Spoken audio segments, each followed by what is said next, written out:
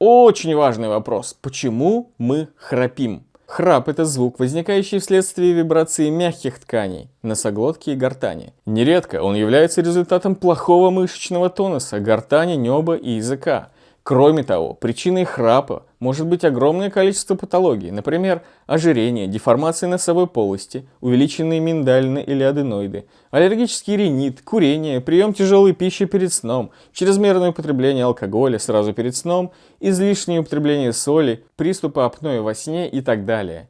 Люди чаще храпят тогда, когда спят на спине, поскольку в таком положении язык слегка западает и препятствует свободному прохождению потока воздуха. Около 90% страдающих приступами апноэ во сне – тучные люди. Американская медицинская ассоциация подсчитала, что мужчины храпят примерно столько же, сколько и женщины. Могут храпеть и дети, если у них увеличены миндалины или аденоиды. Роман Кожевников, канал Биософия. Пока.